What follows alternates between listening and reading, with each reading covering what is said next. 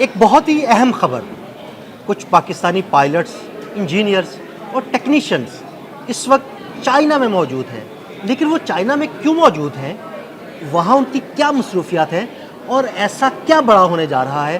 عامر رضا میرے ساتھ موجود ہیں، عامر رضا سے بات کرتے ہیں۔ جی عامر بھائی، پاکستانی پائلٹس، انجینئرز اور ٹیکنیشینز اس وقت چائنا میں موجود ہیں، وہاں ان کی کیا مصروفیات ہیں، آخر ایسا کیا بڑا ہونے جا رہا ہے، ہمارے ناظرین کو بتائیے گا۔ اچھا، اگر میں آپ سے یہ کہوں کہ وہ چائنیز کی مدد کے لیے وہاں موجود ہے تو پھر آپ کو کیسا لگے گا؟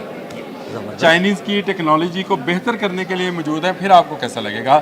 چائنیز کے پائلٹس کو تربیت دینے کے لیے وہاں موجود ہے تو پھر آپ کو کیسا لگے گا؟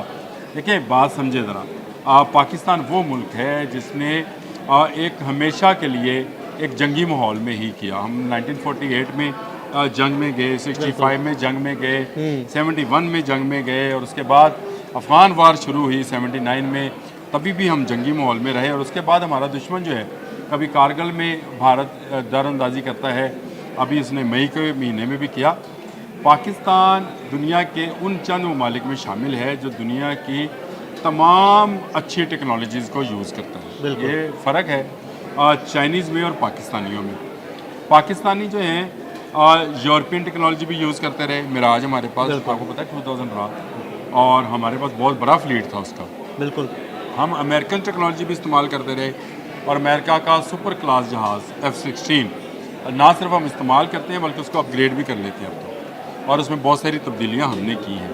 اس کے بعد چائنیز ٹیکنالوجی آ گئی، چائنیز ٹیکنالوجی بھی ہم استعمال کرتے ہیں، اور اس ٹیکنالوجی کے زیر اثر جو ہم نے کام کیا، جو اپ گریڈ کیا اپنے JF-17 تھنڈر کو، وہ دنیا کے لیے ایک مثال ہے۔ ایک ایسا ملک جس کے پاس کبھی کوئی سوچ بھی نہیں سکتا تھا کہ ایسی ٹیکنالوجی ایروناٹیکلی ہوگی کہ وہ اپنا جہاز بنائے گا، اس نے نہ صرف ٹیکنالوجی حاصل کی بلکہ اس ٹیکنالوجی کو آگے بڑھا لیا۔ اب آپ سمجھیں اس بات کو کہ چائنیز جو جہاز بناتے ہیں، جو جدید جہاز بناتے ہیں، اس میں ان کو مدد درکار ہوتی ہے، اس میں بہت ساری تکنیکی، فنی اور بہت سارے اس کے پائلٹس کے جو انگیجمنٹس ہیں ان کو اس حساب سے اس کو بنانا ہوتا ہے، اور پاکستان فرسٹ یوزر ہے چائنیز تمام ٹیکنالوجیز کا، اس لیے ان کو بلایا جاتا ہے، بلا کر ان کے ساتھ بیٹھ کر نشستیں کی جاتی ہیں، پھر وہاں پہ بہت سارے تربیتی جو ہے پروگرامز ان کو ترتیب دیا جاتا ہے، جس میں پاکستانی ٹیکنیشینز، انجینئرز اور پائلٹس اپنا آؤٹ پٹ دیتے ہیں۔ اب اس دفعہ جو گئے ہیں وہ J-35 کے لیے گئے ہیں، کیونکہ J-35 ابھی تک اپنے تکمیلی مراحل میں سے گزر رہا ہے، یعنی آپ اس کو سمجھیں کہ ابھی وہ چائنیز آرمی کے پاس بھی نہیں ہے، بالکل، اور ابھی اس کی بہت ہی ابتدائی شکل ہے۔ اس وقت چائنا کو ضرورت تھی کہ پاکستانی پائلٹس، انجینئر، ٹیکنیشینز جو ہیں اس کے بارے میں اپنا آؤٹ پٹ دیں، کیونکہ یہ پاکستان نے لینا ہے۔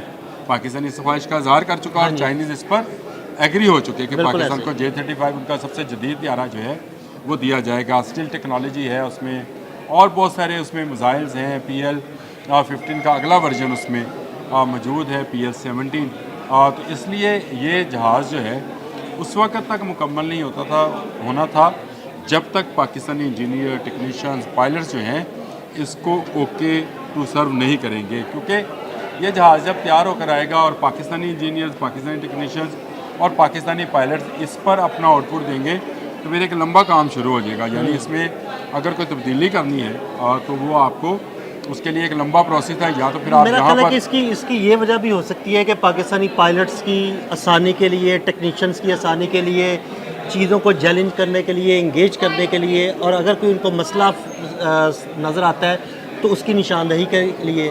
عدیل، میں آپ کو پہلے بھی بتا چکا ہوں کہ چین ابھی کسی جنگ میں نہیں ہے۔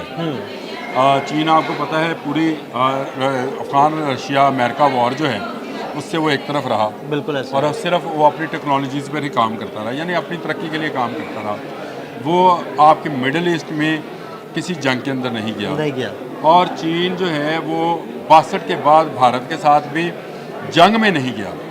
جھڑپیں ہوتی رہے، چھوٹی موٹی جھڑپیں ہوتی رہی بارڈر پہ، وہ ان کی بڑی فوج کی جھڑپیں ہیں، کوئی فضائی جھڑپ نہیں ہے۔ چین کی ٹیکنالوجی اگر کسی ملک نے استعمال کر کے اس کو یورپین ٹیکنالوجی سے بہتر بنوایا ہے تو وہ پاکستان ہے۔ میں نے جو شروع میں آپ کو لفظ بولا تھا کہ پاکستان کے انجینئر، ٹیکنیشینز، پائلٹس چین کی مدد کے لیے گئے ہیں تو میں نے کوئی غلط بات نہیں کی بالکل تھی۔ ٹھیک کہا. چینی پائلٹس کو کمبیٹ کا بالکل ہی یعنی جنگی ماحول کا بالکل تجربہ اب نہیں ہے. جو ان کی نئی پود ہے اور جو پرانی پود تھی اس نے بہت ساری جنگوں میں حصہ لیا ہوگا، تائیوان میں لیا ہوگا، ویتنام میں لیا ہوگا، بھارت کے ساتھ جو 62 کی سائنو انڈو وار ہے اس میں لیا ہوگا. لیکن جو ان کے نئے پائلٹس ہیں، ٹیکنیشینز ہیں، انجینئرز ہیں، ان کو جنگی ماحول میں کام کرنے کا اس طرح سے موقع نہیں ملا جس طرح سے موقع پاکستان کو ملا. اور پاکستان کے پائلٹس نے نہ صرف جو اس نے اپنے ملک کی جنگیں ہیں بلکہ دوسرے ممالک کی جنگوں میں بھی حصہ لیا. اور اس کی سب سے بڑی مثال میں آپ کو عرب اسرائیل وار میں پاکستانی پائلٹس نے 3 اسرائیلی طیارے بھی مار جی گرائے. بالکل آپ نے صحیح کہا کہ 3 جہاز جس نے گرائے تھے پورے عرب میں سے کسی ملک کے اندر وہ چیز شامل نہیں تھی. جو پائلٹس کی مہارت ہمارے پاس موجود تھی. اور اس وقت بھی ہم نے اسرائیل کے 3 جہاز گرائے تھے جو کہ انفیکٹ امریکہ کے جہاز تھے. بالکل یہ بڑی بات ہے کہ آپ امریکن ٹیکنالوجی، امریکن جہاز کو آپ گرا لیتے ہیں. اور اگر اس وقت میں آپ سے یہ بات کہوں کہ اسرائیل اگر کسی ملک سے ڈرتا ہے تو وہ پاکستان ہے. کیونکہ پاکستان کے تمام فوج جو ہے ہر وقت حالت جنگ میں ہے. اور اس وقت جو اس کے سپہ سالار ہیں حافظ اسد منیر، وہ ایک دنیا کے بیسٹ جنرل ڈکلیئر ہو چکی ہے. میں بتاؤں انڈیا کو جس اسٹریٹجی کے ساتھ مارا انہوں نے، ہمارے ظہیر احمد بابر جو کہ ہمارے ایئر چیف ہیں اور ہمارے نوید اشرف جو ایڈمرل ہیں نیوی کے، یہ ایسا کمبینیشن، ایسا ٹرائکا ہے جس سے اس وقت پوری دنیا خوف زدہ ہے. بالکل. اور اس ٹرائکا کے انڈر ہماری فوج اس وقت اس خطے کے سے مراد میں آپ کو بتا دوں، اس خطے سے مراد بھارت ہے، ایران ہے، افغانستان ہے، پورا مڈل ایسٹ ہے، اسرائیل ہے، بنگلہ دیش ہے، نیپال ہے، برما ہے. ان سب سے بہترین اگر فوج کوئی اس خطے میں ہے تو وہ پاکستان کی آرمی ہے، جس نے اپنے سے کئی گنا بڑی آرمی کو ایک جنگ کے اندر شکست دی، اپنے سے بہتر طیاروں کو مار گرایا، اپنے سے بہتر فضائیہ، اپنے سے بہتر آرٹلری، بہتر میزائل پروگرام کو ناکام بنایا اور پاکستان کا دفاع کیا. تو اس وقت پاکستان کا جو آپ سمجھے کہ اس کا مورل لیول ہے وہ بہت بلند ہے.